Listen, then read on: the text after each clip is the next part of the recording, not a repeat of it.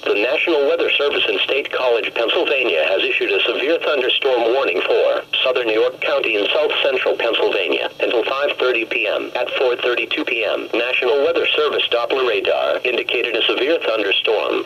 The storm was near Coderus, moving east at 15 miles per hour. This storm is capable of producing quarter-size hail and damaging winds in excess of 60 miles per hour. Locations in the warning include Glenrock and Jacobus, Shrewsbury and New Freedom, Stewartstown. This will impact Interstate 83 between mile markers 1 and 11. This will also impact the following major roads: Route 30, State Road 94. Severe thunderstorms produce damage. Move inside a permanent building now to be safe from strong wind gusts and large hail. Please report hail, strong winds or wind damage to the National Weather Service by calling toll-free 1-877-633-6772. A severe thunderstorm watch remains in effect until 9 o'clock p.m. Friday evening for central Pennsylvania.